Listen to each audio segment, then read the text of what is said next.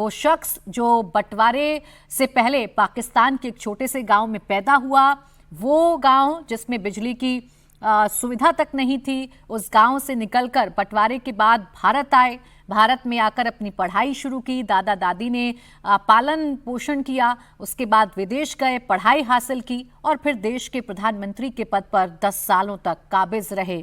ऐसे डॉक्टर मनमोहन सिंह अपने अनंत सफर पर इस वक्त अपने आखिरी सफर पर निकल चुके हैं। देवेंद्र। जी हाँ, बिल्कुल प्राची, और अब से बस थोड़ी देर के अंदर राष्ट्रपति द्रौपदी मुर्मू भी वहाँ पे पहुँचने वाली हैं। और आप देखें तो उनके निधन के बाद से लगातार देश के पॉलिटिकल कॉरिडोर में इसी बात को लेकर चर्चा चल रही है कि किस प्रकार से देश की इकोनॉमी को आगे बढ़ाने में उन्होंने बड़ा कदम तब उठाया था जब वो देश के वित्त मंत्री थे। और ऐसे में उनके 10 साल के शासन को अगर आप देखें तो उसमें बहुत सारी चीज़ें निगेटिव रही, बहुत सारे डार्क स्पॉट रहे जिसको लेकर लगातार निशाना साधा गया। पॉलिसी पैरालिसिस की बात कही गई, करप्शन को लेकर इतने सारे आरोप लगे, तमाम चीज़ें रहीं।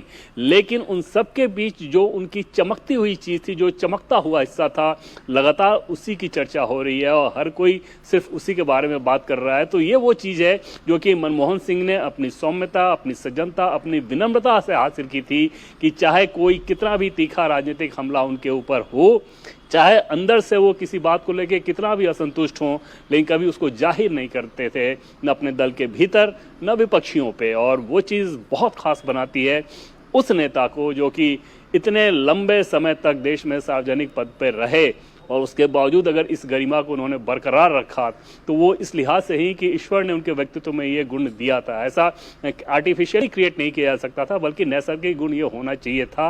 मनमोहन सिंह में वो नैसर्गिक गुण था जिसके दम पर एक बड़ी राजनीतिक शख्सियत ना होने के बावजूद देश में 10 साल, और नेहरू गांधी परिवार से बाहर अगर आप देखें तो पहली शख्सियत वो थे जो कि 10 साल तक देश के प्रधानमंत्री रहे। और वो अपने आप में देवेंद्र, तस्वीरें हम देख रहे हैं, गृह मंत्री अमित शाह भी श्रद्धांजलि दे रहे हैं डॉक्टर मनमोहन सिंह को।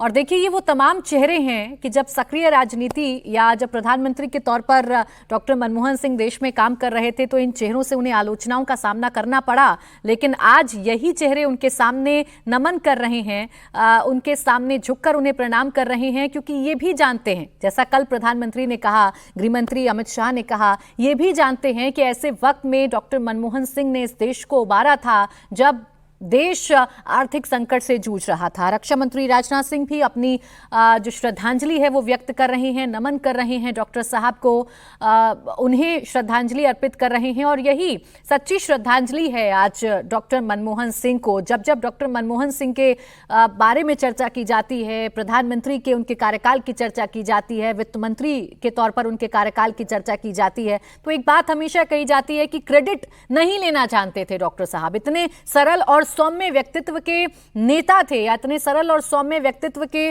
प्रधानमंत्री के तौर पर उनकी पहचान होती है। और देखिए, लोकसभा के स्पीकर ओम बिरला साहब भी आपको तस्वीरों में नजर आ रहे हैं। कल ओम बिरला साहब भी इसी तरीके से याद कर रहे थे डॉक्टर मनमोहन सिंह को। आज के वक्त में जब संसद के अंदर तीखा प्रहार होता है, हो हल्ला होता है, शोर शराबा होता है, संसद की कार्रवाई पूरी तरीके से वॉश आउट हो जाती है, ऐसे वक्त में उन राजनेताओं की याद जरूर आती है जिन्होंने अपने संयम से हमेशा संसद की कार्रवाई को चलवाया। अब देश के प्रधानमंत्री नरेंद्र मोदी भी अपनी श्रद्धांजलि देने के लिए देश के पूर्व प्रधानमंत्री डॉक्टर मनमोहन सिंह को इस वक्त दे रहे हैं सच्ची श्रद्धांजलि।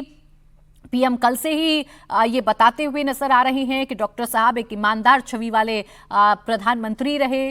बेशक उनकी सरकारों में बहुत सारे आरोप लगे, लेकिन उनकी छवि हमेशा बेदाग रही।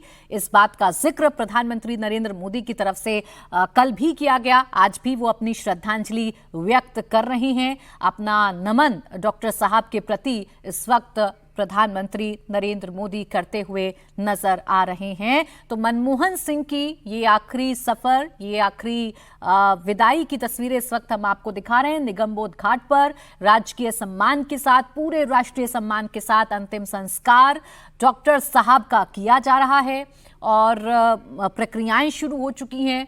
और पूरे सम्मान के साथ उपराष्ट्रपति जगदीप धनखड़ इस वक्त श्रद्धांजलि अर्पित करते हुए, आखिरी दर्शन करते हुए डॉक्टर साहब के पार्थिव शरीर की, वो तस्वीरें भी इस वक्त आपके सामने हैं। और हम जिक्र कर रहे हैं डॉक्टर साहब की संयमता का, डॉक्टर साहब के सहज स्वभाव का, उनके चुप्पी का, कितनी भी तीखी आलोचना उनके ऊपर क्यों ना की गई हो, लेकिन उन्होंने कभी मर्यादाओं को नहीं छोड़ा, कभी भी मर्यादाओं को छोड़कर अपने विपक्षियों पर कभी हमलावर डॉक्टर साहब नहीं हुए, अपने काम को चुपचाप करते रहे।